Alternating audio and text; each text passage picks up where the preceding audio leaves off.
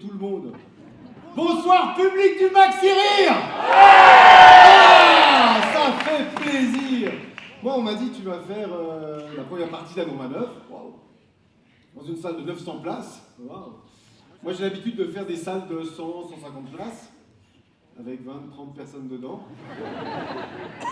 Donc, ça fait rire certains, merci. Donc voilà, d'habitude à mon spectacle, ce que je fais, c'est que j'essaie de mettre un peu les gens à l'aise avant de commencer, parce qu'ils sont peu, puis je me suis dit, ben, tiens, tant qu'à faire, je vais le faire aussi ce soir. Donc j'ai envie de vous mettre à l'aise. Pourquoi? Parce que vous avez passé une bonne journée? Oui, voilà. Une qui a fait non, puis les autres, oui. Alors peut-être que vous avez passé une mauvaise journée, mais vous êtes quand même venu voir des spectacles d'humour.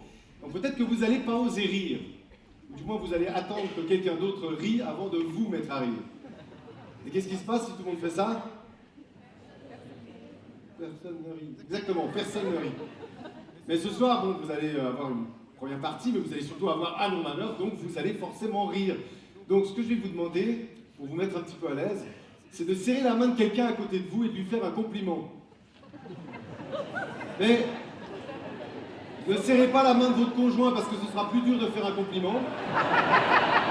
Alors, je vais vous demander de serrer la main de quelqu'un que vous ne connaissez pas, hein, et de lui faire un compliment. Donc ça peut être une belle cravate, ça peut être une belle paire de lunettes, ça peut être une belle calvitie, je m'en fous. Ouais, je voyais monsieur, c'est pour ça que j'ai pensé à la calvitie. Donc allez-y, serrez-vous la main. Moi je vous dis, je ne peux pas descendre, je vous demande madame de me serrer la main. Allez, serrez-vous la main.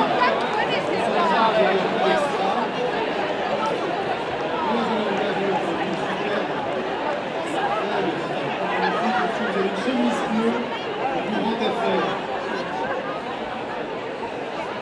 Voilà? C'est bon? Vous êtes complimenté? Alors on peut vous applaudir aussi. Yeah!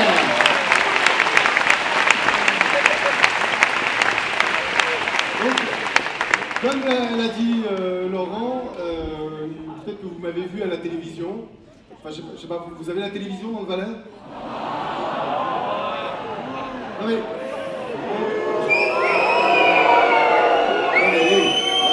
Si je vous demande ça, c'est peut-être que vous n'avez pas la télévision parce que vous préférez lire le soir. Hein. Enfin, vous savez lire dans le Valais? Non, oh, ça va. On m'a dit que le public valaisan n'était pas susceptible. Non, parce que moi, j'aime bien lire. Et d'ailleurs, j'ai été prof de français au cycle d'orientation. Des élèves entre 12 et 15 ans. Ouais. Ah, ça donne pas envie de faire des gamins. D'ailleurs, moi, on me demande souvent, parce que j'ai même pas 30 ans. Ça va, ok, j'ai plus que 35. Alors, on me demande souvent pourquoi j'ai pas d'enfants. Ouais. D'ailleurs, est-ce qu'il y a des couples dans la salle qui ont des enfants? Non. Oui. Ouais. Ah, ça va vous réjouir. Madame, vous avez un enfant? 2. Ouais, je comprends que ça vous réjouisse pas. Tiens. Bon, est-ce qu'il y a des couples qui n'ont pas d'enfants dans la salle? Yeah! Vous respirez le bonheur. Parce que vous avez encore une vie. Bon, parmi les couples qui ont des enfants, j'aimerais savoir dans lesquels c'est la femme qui a voulu l'enfant en premier. Vous levez la main? Ouais, arrêtez de mentir. Parce que la plupart du temps, c'est la femme qui veut l'enfant en premier et l'homme pas. Ou pas tout de suite. Parce que les hommes sont lâches. N'est-ce pas, mesdames? Parce que les hommes ont peur de faire des enfants, n'est-ce pas, mesdames? Mais c'est parce que les hommes ont peur du changement. Oui. C'est quoi la première chose qu'on change quand on a un enfant, à part les couches? La voiture, même. C'est sûr, c'est plus facile de draguer au volant d'une BM que d'une Renault Espace. Bon, ce qui est surtout dur, c'est de passer d'une voiture allemande à une voiture française. Ça... Non mais, les hommes ont peur de l'engagement, ont peur des responsabilités, n'est-ce pas, mesdames? Les hommes n'assument pas. Vous êtes d'accord, les femmes? Oui. Il y en a une qui est pas d'accord parce qu'elle a son mari à côté. Elle fait, non! Les hommes n'assument pas. Mais c'est dingue cette évolution. Un spermatozoïde connaît son chemin, il sait où il va. Un homme à 30 ans, s'il ne connaît pas son chemin, il n'ose pas le demander. Les hommes ont peur de perdre leurs amis. Ouais. Mais c'est sûr, c'est plus cool de passer une soirée à discuter avec des potes en buvant de bonnes bières jusqu'au coucher que de discuter avec sa belle-mère en l'imaginant coucher dans une bonne bière.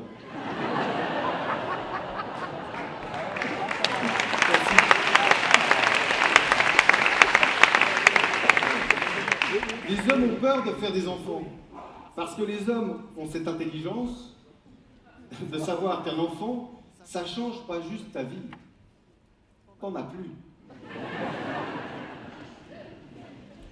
C'est vrai, quand t'as un enfant, tu sors plus. Et pire, quand tes amis ont des enfants, tu les vois plus. Et alors, quand tu les vois, ouais, il y a 2-3 jours, je suis chez des amis, on est 3 couples, il y a 2 enfants, 4 bouteilles de vin, je sais pas, vous voyez le topo. On est en train de manger. Les adultes mangent, discutent, les enfants mangent, ferment leur gueule, tout va bien. Et puis les enfants sortent de table. Et là, ça devient l'enfer. Ça joue, ça crie, on s'entend plus parler. Puis le petit de 3 ans, déjà qu'il n'est pas capable de prononcer mon nom, il m'appelle Tarki, Tarki. Il est en train de jouer avec son petit canard en bois, je ne sais pas si vous voyez, avec la tige en bois, et les pattes ils font flap, flap, flap, flap, flap. Et il fait le tour de la table, flap, flap, flap, flap, flap, flap, flap, flap. Il tourne, flap, flap, flap, flap, flap, flap, flap, flap. Puis il voit bien que ça m'énerve, parce que quand il arrive vers moi, il s'arrête. Flap, flap, flap, flap, flap, flap.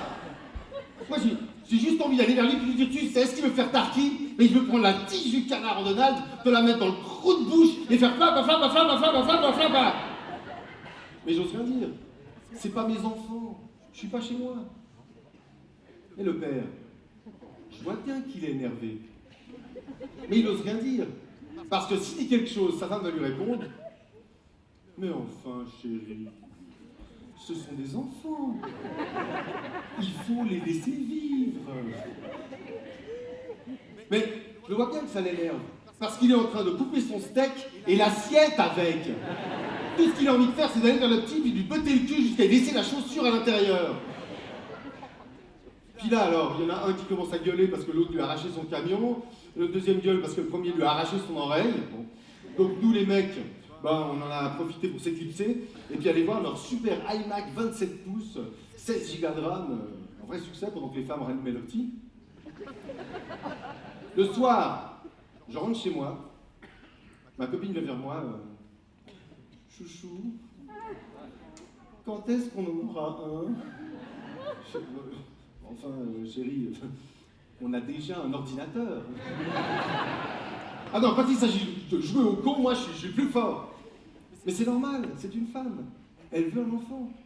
Et moi, bah, je suis un homme, donc j'ai peur d'avoir des enfants. Enfin, j'ai surtout 2 bonnes raisons de ne pas en avoir. La première, c'est que je suis un mec bien. Ouais. Je suis fidèle. Mais un enfant, ça va ravager le corps de ma femme, je serai obligé d'aller voir ailleurs.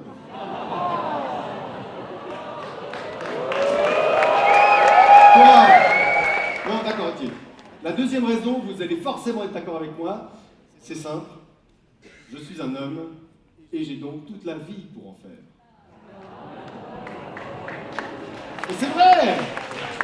Une femme dès 30 ans, elle doit trouver un homme parce que plus elle vieillit, moins elle est fertile. C'est scientifique, il paraît que ça sèche en dedans. Hein. Non mais, je sais que c'est injuste, hein, mais nous les hommes, on se bonifie avec l'âge. Et même si on vieillit, ben ça sèche pas. Et on trouvera toujours une jeunette prête à nous faire un gamin. Même avec un pied dans la tombe, si on veut se reproduire, on pourra toujours se rabattre sur une trentenaire affamée qui sauvera de l'abattoir. Les femmes ont tout qui tombe avec l'âge. Les seins, les fesses, la peau sous les bras, le sens de l'humour. Non mais allez, on s'entend. Je ne parle pas des femmes qui sont là ici ce soir, je parle des autres femmes. Nous les hommes, avec l'âge, on a que les testicules qui tombent. Et même si on les a aux genoux, ils fonctionnent encore très bien. Oui, et je rapporte que les faits. Hein. C'est pareil dans le règne animal. Chez les oiseaux, par exemple, le mâle est toujours flamboyant, la femelle grise et fade. Bah, un coq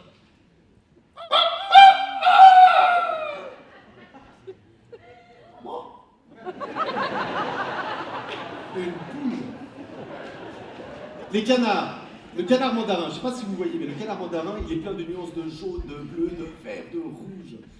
Ben, la femelle mandarin, elle est pleine de nuances de brun, de brun, de brun, de brun.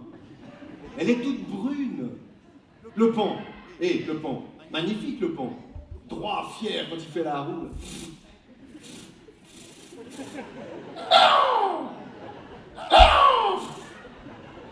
Ben la paonne,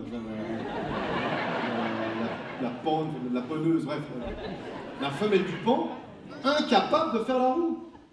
Et même si elle la faisait, vu qu'elle est toute grise, elle ferait juste un pneu. Elle est tellement fade, on dirait que son mec lui a piqué toutes ses fringues. Mais bon, non, à part ça, j'aime bien les enfants, hein. J'aime bien jouer avec, les faire rire. Bah tiens, je suis le parrain d'une petite Caroline. C'est un vrai rayon de soleil. Elle a 6 mois, elle est magnifique. D'ailleurs, son père, mon meilleur ami Stéphane, depuis qu'il a un enfant, sa mission, c'est de me donner envie d'en faire un. Sarkis, mais je comprends pas pourquoi tu veux pas de gamin. C'est un tel bonheur, les gamins. Puis regarde, elle a 6 mois et on se comprend déjà très bien. Ouais, c'est clair, t'as presque son âge mental. Mais moi, ça me fait toujours rire quand un couple vient vers moi et me dit « On essaye d'avoir un enfant ». Parce que pour moi, c'est pas faire un enfant qui est un défi, c'est éviter d'en féconder un. Non mais une erreur d'un soir, un excès de confiance dans sa retenue et hop, ta vie est foutue. Non mais, t'es plus un homme, t'es juste un papa. Donc non, je veux pas d'enfant. Enfin si, j'en veux bien un, si j'arrive à l'éduquer comme les chats pour qu'il mange des croquettes, qu'il fasse dans sa caisse puis qu'il boive dans les toilettes.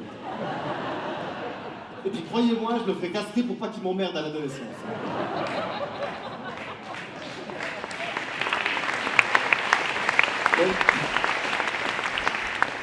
Le pire, c'est qu'il y a 7 ans, mon grand frère vient vers moi et me dit Sarkis, on essaye d'avoir un enfant avec Chantal.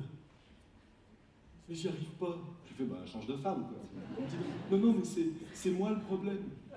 Oh, putain. Il se rendait même pas compte de sa chance.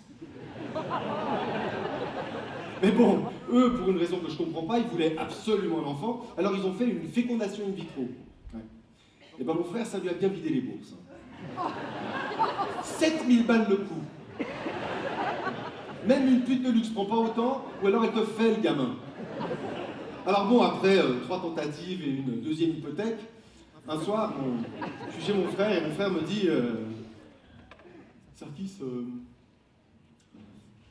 ça nous gêne terriblement avec Chantal, mais on aurait besoin de liquide. Pascal, il n'y a pas de problème. Un frère, c'est là pour ça, je peux vous verser ça quelque part, ça vous arrange. Là, mon frère sourit, gêné. Moi, je crois qu'il me demande du fric.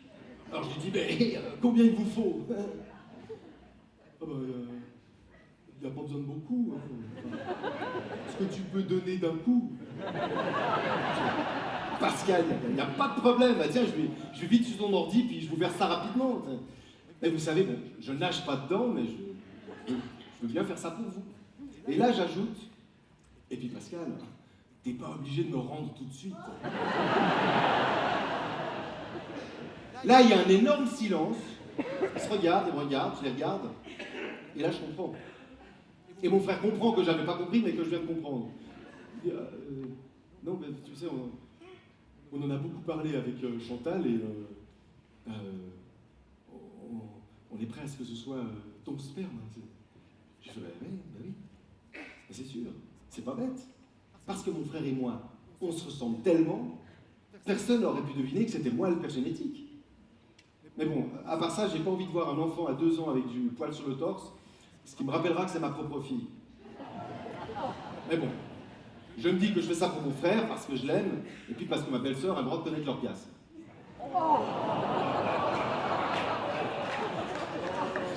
Je dis, bon, ok, Chantal, tu veux qu'on y aille tout de suite? Là, il y a de nouveau un énorme silence, et je comprends que j'ai encore pas compris. Et mon frère me dit, non, mais on aimerait que que ce soit ton sperme, mais on n'aimerait pas que tu couches avec Chantal. Soulagement.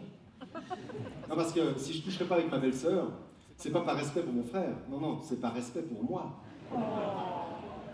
Ah, vous la connaissez pas, ça se voit.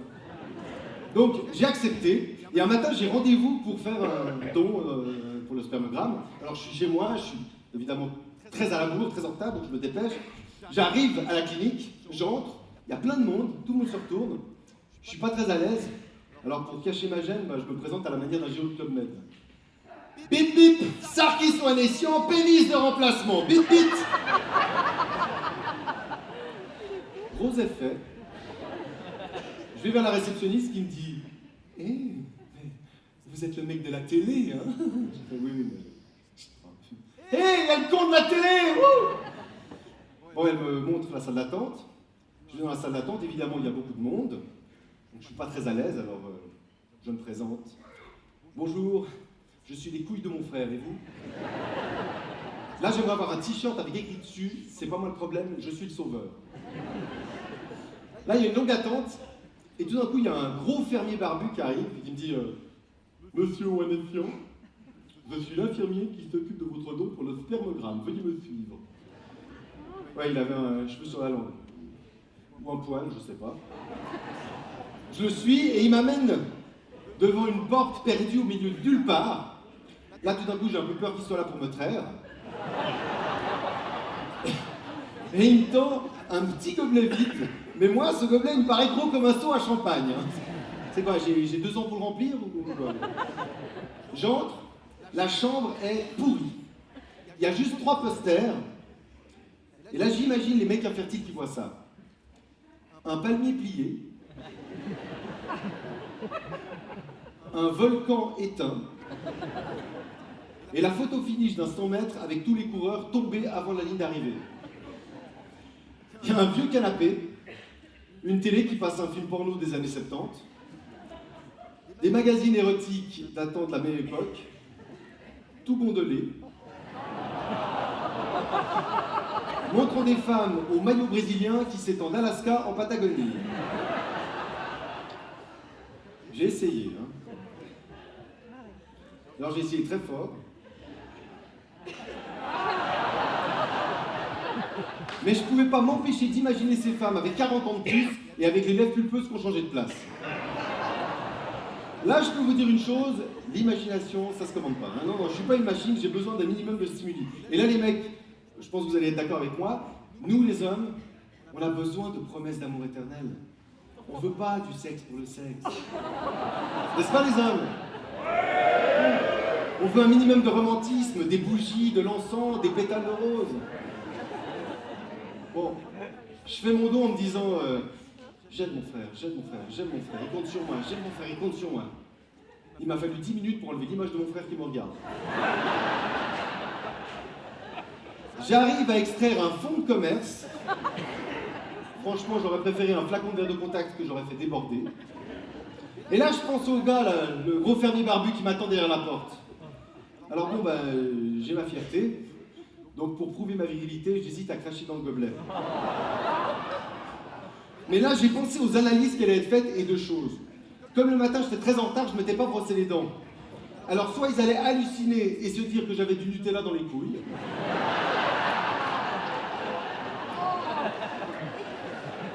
Soit ils allaient se dire que j'étais un peu timbré, mais super souple.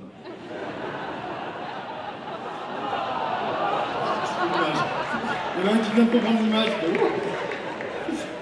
Je donne mon verre au gros fermier barbu qui me dit eh ben, on n'a pas été vénéreux. Hein. Ça va pas suffire pour le spermogramme. Il va falloir refaire. Vous savez que vous pouvez refaire depuis chez vous? Donc, j'ai refait un don depuis chez moi. J'arrive au labo d'analyse épuisé, parce que j'ai fait des heures supplémentaires, j'ai super bien travaillé. Et je tends au gros fermier barbu mon seau bien rempli. Je lui dis, excusez-moi, j'ai confondu spermogramme et spermokilo. Je prends mon seau pour faire. Mais vous voulez qu'on fasse quoi de tout ça? Je lui dis, en faites ce que vous voulez, hein. Vous pouvez repeindre vos murs, ou bien non, vous pouvez inséminer votre troupeau de vaches. Le soir, j'arrive chez mon frère, gonflé d'orgueil, et un peu dégonflé des testicules. Et là, mon frère m'annonce Sarkis, finalement, on envisage l'adoption. Là, j'ai compris qu'ils étaient soulagés que je ne sois pas le père de leur enfant quand j'ai répondu non, non, non, attendez, j'ai déjà été cool pour le don, mais je pense quand même que je suis un peu vieux pour passer pour votre fils.